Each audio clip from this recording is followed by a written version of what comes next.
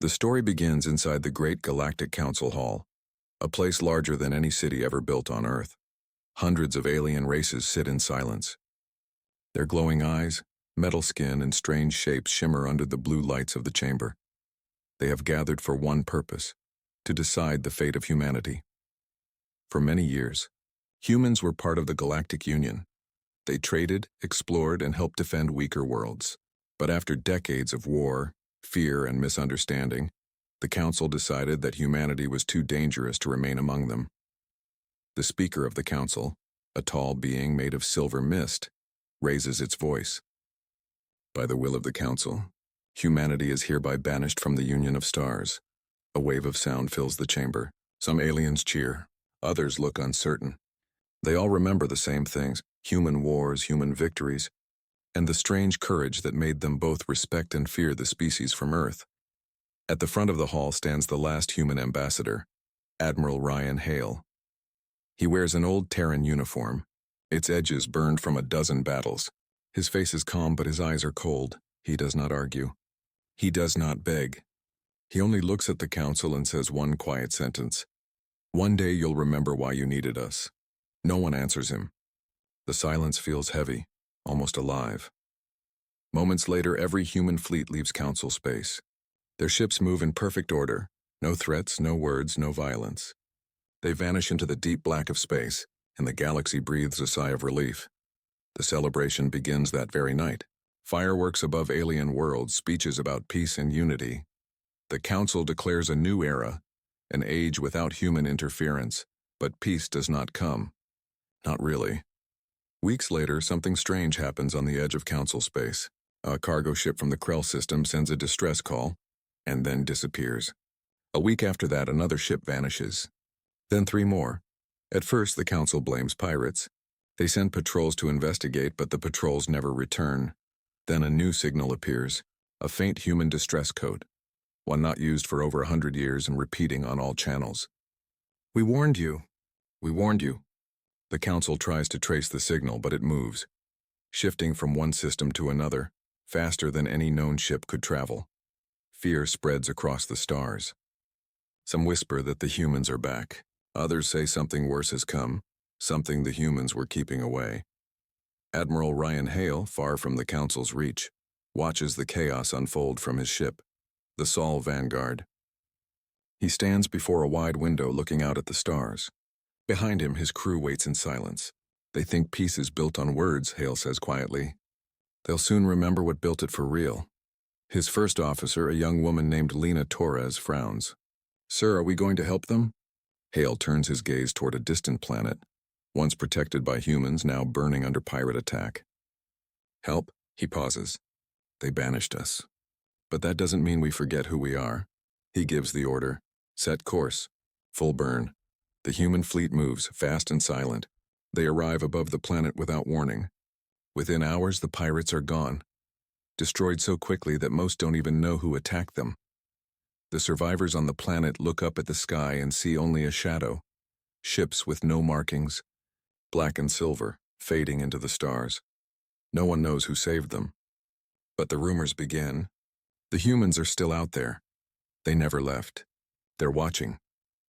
They protect the ones we forgot. Back in the Council Hall, panic grows. More colonies are under attack. Trade routes fail. Communication lines collapse. Without human engineers and human fleets, the Union starts to break apart. The Council members argue for hours. "It's the Terrans. They're sabotaging us." "No, it's the Swarm. They're coming back. We must defend ourselves." But no one agrees. The galaxy that once called itself united begins to fracture. A few leaders, older and wiser, whisper the truth.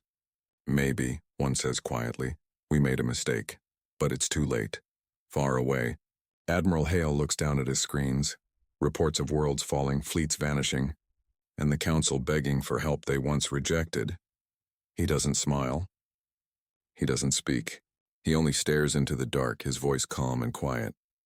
"The galaxy forgot what we stood for. Now they'll remember. One way or another." Outside, hundreds of human ships wait in silence, their engines glowing faintly blue. They are not coming for revenge. They are preparing for what's coming, something the Council was never ready to face. Because the truth is simple.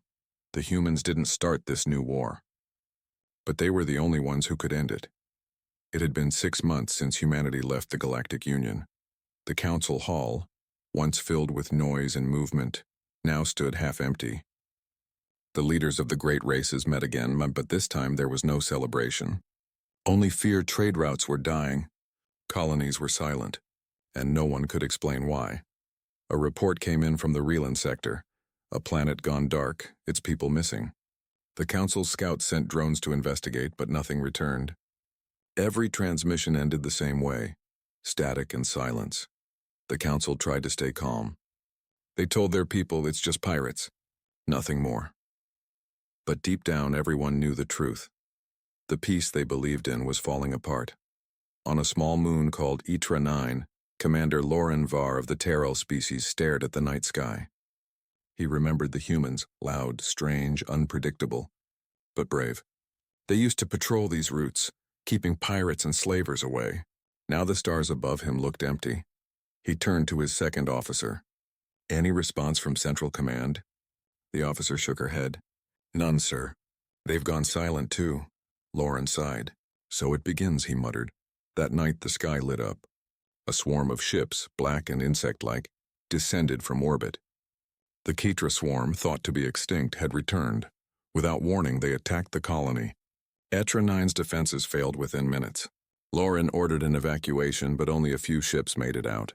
Before his ship fled the system, Lauren looked back one last time and saw something impossible. Through the clouds of fire, a human battleship appeared. It moved silently, weapons glowing blue. It fired once and a single beam, and the swarm ships exploded like glass under pressure. But before Lauren could hail it, the battleship vanished into hyperspace. "Was that a Terran ship?" his officer whispered. "Impossible," Lauren said. "They're gone." Yet in his heart he knew what he saw. Across the galaxy, more stories like this began to spread. Planets attacked and then suddenly saved by unknown fleets. Ships appearing from nowhere, helping, then disappearing without a trace. Every story ended the same way. They looked like humans. The Council called an emergency session. Ambassadors shouted at one another. "The Terrans are manipulating us." "They want revenge." "No, they're saving colonies you ignored." The Speaker of the Council, silver and tall, slammed the floor. Silence. "The humans are gone. These rumors only divide us." But even as he spoke, new reports came in. The Vorn Dominion, one of the Council's oldest enemies, had begun invading border worlds. Without human fleets guarding those sectors, the defenses collapsed in days. The Council had no choice but to retreat. World after world fell, and still no one could stop it. Meanwhile, deep in uncharted space, Admiral Rian Hale watched from his command ship, the Sol Vanguard. A hologram of the galaxy flickered before him, hundreds of red dots showing attacks and losses. His officers waited for orders.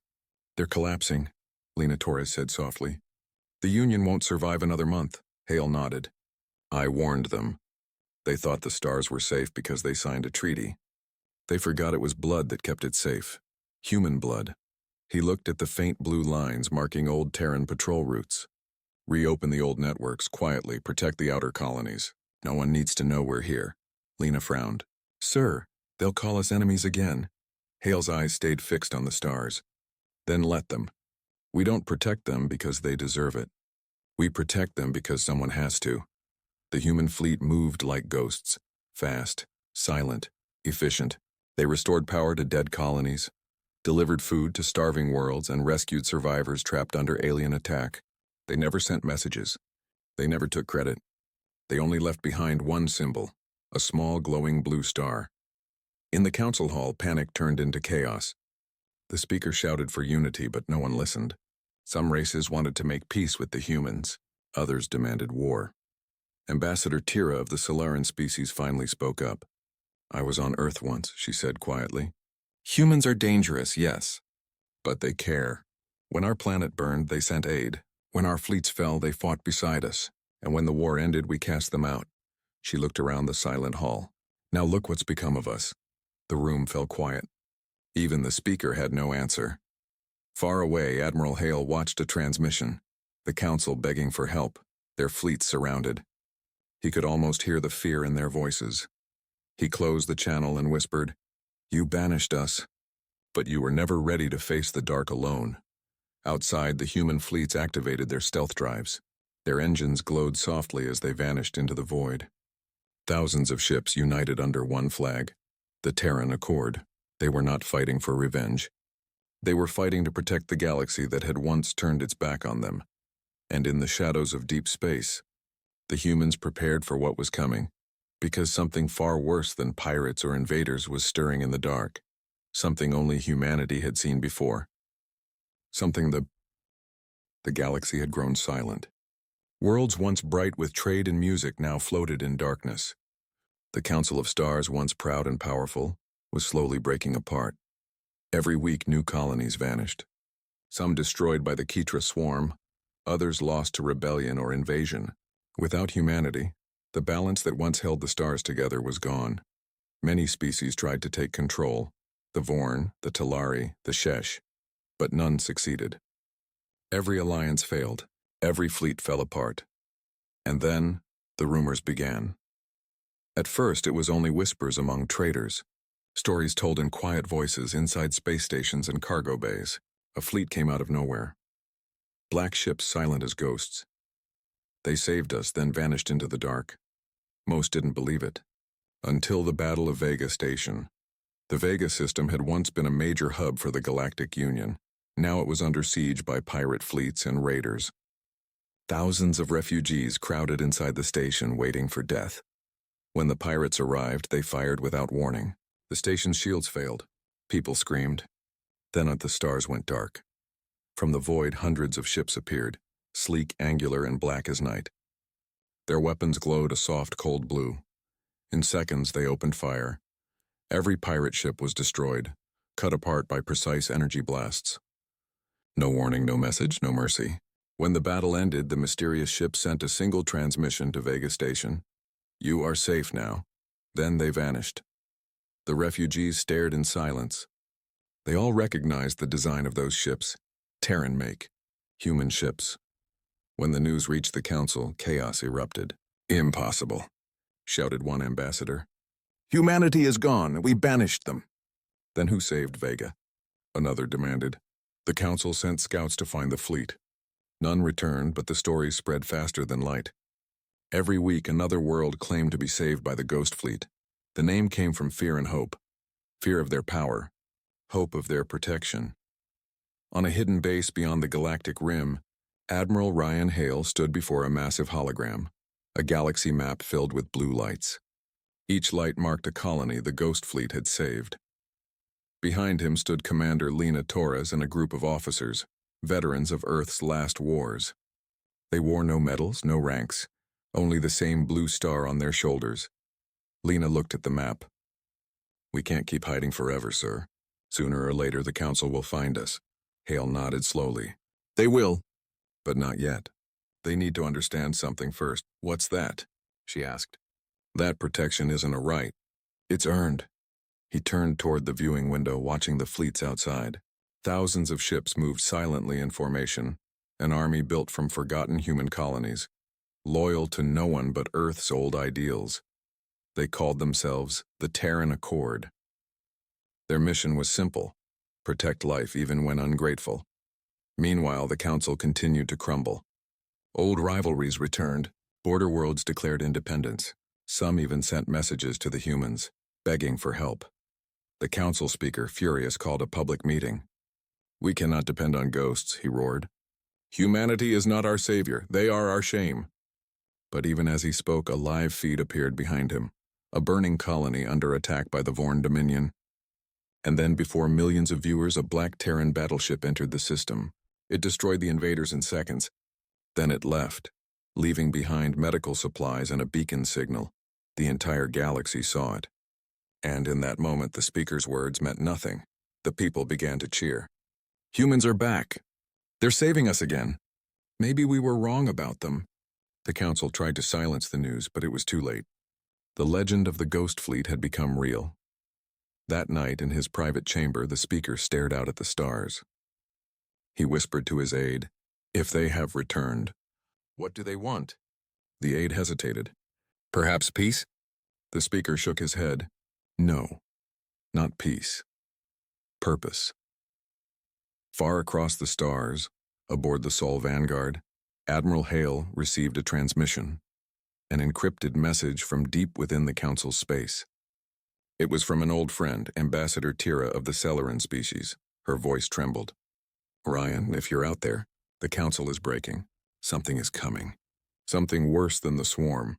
They're calling it the Devourer. Entire systems are vanishing, please. We need you. Hale stood silent for a long moment. Then he said quietly, Prepare the fleet. Lena looked at him. Are we going to reveal ourselves? Hale turned toward the stars, his voice steady. If the galaxy wants ghosts, we'll give them ghosts. The human fleet began to move, thousands of ships rising from the shadows.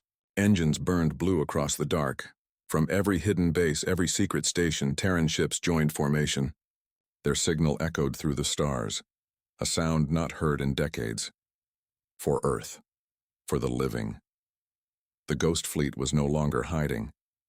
They were preparing for war, not against the Council, but against the unknown darkness that was coming. The rumors had become truth. The Ghost Fleet was real, and now every world in the galaxy knew it. Across the stars, people whispered the same name. Humanity.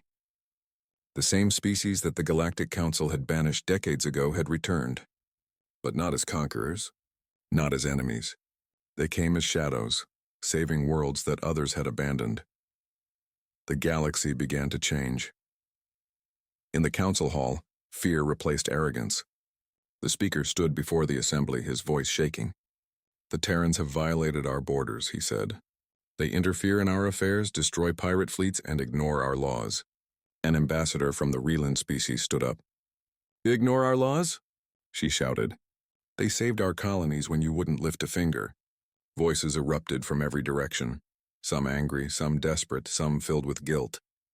The council was collapsing, its unity broken beyond repair. Finally, a young alien diplomat said what everyone was thinking. Maybe banishing them was the real mistake. The hall went silent. The speaker said nothing. He could feel the truth sinking in, but his pride would not let him admit it. Meanwhile, far from the council's reach, the Terran Accord fleet gathered. Thousands of ships, human-built and alien-assisted, united under one banner, a blue star on a dark field. Inside the flagship Sol Vanguard, Admiral Ryan Hale stood before his officers. Holograms of burning worlds filled the room, worlds devoured by a strange black wave of energy. Commander Lena Torres studied the readings. It's spreading faster than anything we've seen. Entire systems are gone. No debris, no survivors, just empty space, Hale nodded. His eyes were tired but steady. The Devourer, he said. The same force that nearly destroyed our outer colonies a century ago. Lena looked at him sharply. You knew this was coming. I warned the Council long ago, Hale replied. That's why they feared us. They thought we wanted war, but we were preparing for this. He turned toward the window where hundreds of Terran ships floated silently, waiting for his command. We don't fight for revenge, he said. We fight because no one else can. On the planet Kareth 4, a refugee world, the sky burned red. The Devourer's edge, a storm of black energy and lightning, approached the atmosphere. Panic filled the cities. People screamed. Ships overloaded with refugees tried to flee, but their engines failed. Then out of the dark sky they came. Human ships, massive and silent, descended like angels of steel. They formed a shield wall above the planet, energy barriers glowing bright blue. From one of the ships, a voice echoed over every comm channel. This is the Terran Accord. Remain calm. You are under our protection. Moments later, the black storm hit. The human fleet opened fire, thousands of energy cannons lighting up the void. The darkness met light, and for a moment the sky itself seemed to tear apart. When the battle ended, the Devourer's wave was gone. The planet was safe. Billions lived because of humanity. Across the galaxy, the broadcast spread. Everyone saw what happened. The humans had saved an entire world. Alien children cheered their names. Old veterans wept. Even the council members sat in stunned silence as the video replayed on every screen. Human ships defending a world they didn't own. People they didn't owe. For the first time in generations, The galaxy remembered who humans really were. In the council chamber, Ambassador Tira of Celerin stood up. Her voice was calm but filled with emotion. "We exiled them," she said. "We called them monsters. But look, they protect us even now. The question is not what they want. The question is what we have become." The speaker said nothing. He only lowered his head. At that moment, a signal appeared. A direct transmission. It was from Admiral Ryan Hale himself. The council chamber froze as his face appeared on the great holographic screen. He looked older, scarred, but his voice was steady. "To the Council of the Union, this is Admiral Ryan Hale of the Terran Accord. You feared us. You banished us. But the enemy that comes now is not one species, not one war. It is the end of all life. We will not watch the galaxy die for your pride. We will fight, with or without you." The transmission ended. For a long moment, the entire hall was silent. Then, slowly, one by one, the council members began to stand. The ambassador of the Relans spoke first. "We stand with the Terrans, then the Celerans, then the Trin, then even the proud Kalteri warlords." The council speaker looked around and realized the truth. The galaxy no longer followed him. They followed the humans. Back on the Sol Vanguard, Hale received the reports. Allied fleets were forming. Old enemies were joining forces. The galaxy was finally united again, not under the Council B. The galaxy had not seen unity like this in 1,000 years. Under the command of Admiral Ryan Hale, human and alien fleets formed a single armada, the largest in known history. Hundreds of worlds had joined the Terran Accord, all sworn to one mission: stop the Devourer. But no one truly understood what they were fighting. The first contact came in the Vorn Expanse, a lifeless region of space now glowing with dark energy. Scouts sent by the Accord vanished within hours. Only one ship escaped. Its hull half melted, its crew driven mad by what they saw. Their final recording was played on every command bridge, a black wave, endless and alive, stretching across the stars. It consumed everything, light metal, planets, and from its core, something moved. Shapes, vast and shifting, like living shadows. One voice from the dying crew whispered before the transmission ended, "It's not a weapon, it's a hunger." Inside the Sol Vanguard, the bridge was silent. Admiral Hale stood before the holographic map, a spreading black mass devouring system after system. Commander Lena Torres clenched her fists. "It's feeding," she said quietly. "Every time it takes a planet, it grows stronger." Hale nodded grimly. "That's why the old Earth colonies fell. The Devourer feeds on energy, matter, even memories. It wipes out history itself." He turned to his officers. "If we don't stop it here, there won't be a galaxy left to save." The Battle of Vorn Expanse began 3 days later. Every ship of the Accord was there. Terran cruisers, Relan destroyers, Trin carriers, Kalteri warbeasts. More than 3 million souls prepared for war. As the fleets approached the expanse, sensors failed. The stars ahead dimmed, swallowed by darkness. Then came the voice, not sound but thought, echoing through every mind. "We remember your fire, humans. You fought us once. You survived." "Not again," Lena gasped. "It's speaking to us." Hale's eyes hardened. "Let it speak. We'll answer with light." He raised his hand. All fleets winged fire. The void exploded. Thousands of beams cut across space. Torpedoes, plasma, and energy bursts collided with the dark wave. For a moment, the blackness shuddered. Then it fought back. Massive tendrils of energy reached out like living storms. Ships vanished in seconds. Whole fleets disappeared into silence. The Devourer screamed, a sound that shook every heart, every soul. But the humans held the line. Ryan Hale's voice echoed across the comms. "You will not take them. You will not take us again." Terran warships moved forward, engines blazing blue. The Vanguard-class dreadnoughts unleashed everything, their main cannons burning holes through the darkness. Alien fleets rallied beside them, following humanity's lead. The Trin formed energy shields. The Relans deployed solar bombs. Even the proud Kalteri warlords flew into the storm, screaming their battle cries. The Devourer howled, but it began to break. For the first time in centuries, it retreated. When the battle ended, silence filled the stars. Half the fleet was gone. Thousands of ships, destroyed, vaporized, or consumed. But the Devourer's advance had stopped. On the Sol Vanguard, the bridge flickered with damaged lights. Lena's voice was quiet. "We did it, sir. We stopped it." Hale didn't answer. He looked at the map, at the hundreds of blinking red markers. "No," he said softly. "We slowed it. But it's still growing, in the shadows." Then a new signal appeared. From the far side of the galaxy. Another black wave. Another feeding ground. Lena stared in disbelief. "There's more than one?" Hale nodded. "There always was. The one we fought was only a fragment." Days later, a message reached every corner of the galaxy. It came from Admiral Hale himself, broadcast freely without encryption. "To every world that can hear me, the Devourer is not a single enemy. It's a cycle. It comes when we are divided, when we forget who we are. You feared us once, but fear cannot save you now. Only unity can. Stand together or vanish one by one. Humanity will not fight for you. We will fight with you." The message ended, and across the stars the response was clear. Old rivalries died, borders fell. Worlds that had never spoken began sending fleets, aid, soldiers. For the first time in history, the galaxy fought as one.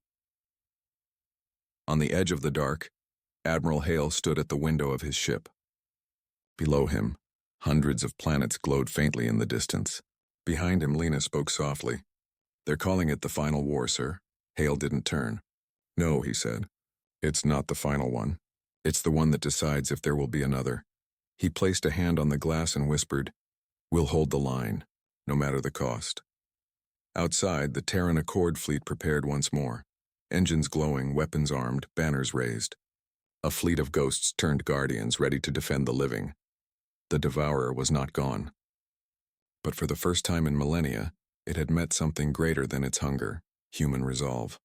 The war lasted 7 long years, 7 years of fire, loss, and courage. 7 years of humans and aliens fighting side by side, not as enemies, but as one people. When it was over, the stars were quiet again. The Devourer was gone, not destroyed but sealed, trapped within a dying galaxy beyond the black gates of space. The cost was beyond measure. Thousands of worlds burned. Billions of lives were lost. But the galaxy survived, and for that, they all remembered one name: humanity.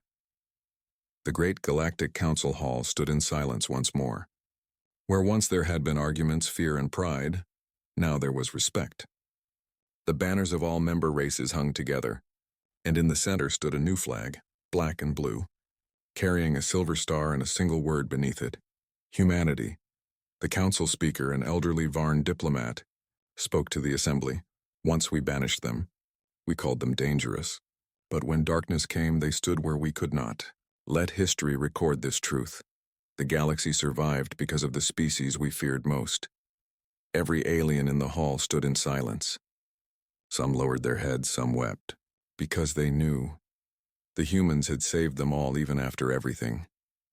Far from the council, in a quiet system near the galactic rim, the Sol Vanguard drifted in orbit above a new world.